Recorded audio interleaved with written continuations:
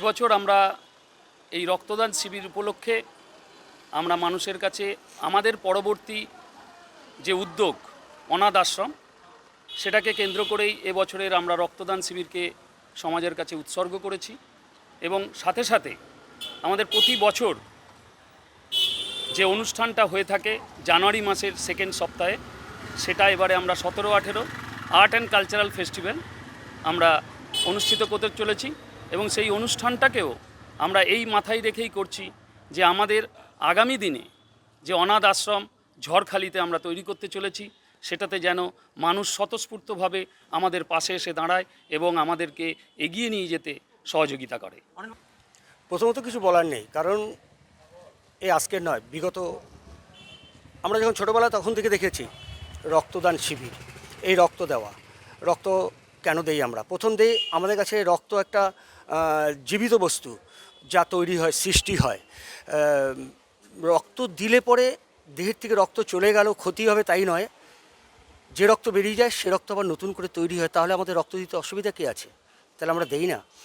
আজকে কর্মা social and welfare trust যে ধরনের উদ্যোগ নিয়েছে, এরা নয়, আজকে পশ্চিমবঙ্গ তথা ভারতবর্ষের বিভিন্ন জায়গাতে এইভাবেই সংস্থারা এই রক্তদান শিবির করে মানুষের সেবার জন্য। নিজের জন্য নয়, নিজের জন্য হয়তোবা লাগতে পারে, কিন্তু তার থেকে বেশি প্রয়োজন হয় যে দুস্থ মানুষগুলো রক্ত কিনতে পারে না, কিভাবে রক্ত পাওয়া যাবে, কোথায় পাওয়া যাবে, যারা জানে না, তাদের সেবায় এই ট্রাস্ট, এই সংস্থা, এই অ্যাসোসিয়েশনগুলো কাজে লাগে।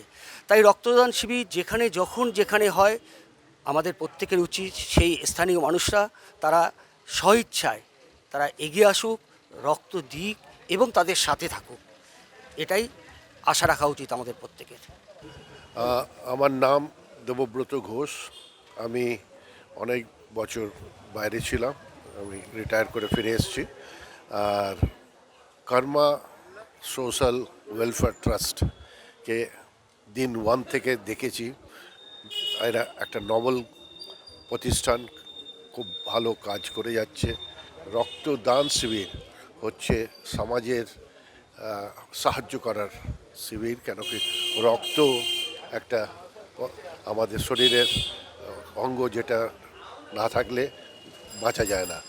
আর আমাদের সমাজে অনেক নিডি পার্সন থাকে যাদের অ্যাডিশনাল রক্ত দরকার হয়, আর যেটা আমাদের সবাইয়ের কাছে আছে, ওটাকে দান করলে, ডোনেট করলে কোনো ক্ষতি হয় না, কেন ওটা আবার জেনারেট হয়ে যায়, কিন্তু নিজেদের হেল্প হয়। তো এর থেকে বড় নবেল কজ হতে পারে না। আর কর্মা দিনে দিনে বড় হচ্ছে। আমার ওয়েল উইশেস আছে আর থাকবে, যেন আরও বড় হোক আর এরকম নবেল কাজ সমাজের জন্য করে যাক। দেখুন, কর্মা সোসাইটির পক্ষ থেকে আমাদের এই 25 নম্বর ওয়ার্ড বিধাননগর কর্পোরেশনে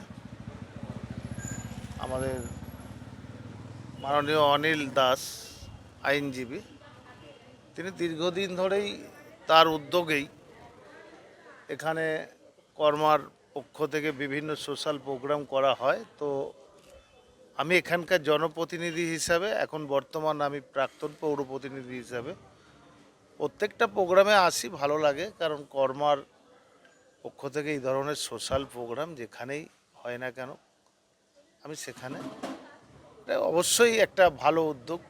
আজকে একটা ব্লাড ডোনেশন ক্যাম্প, এটা একটা সোশ্যাল প্রোগ্রাম নেওয়া হয়েছে, খুব ভালো লাগছে।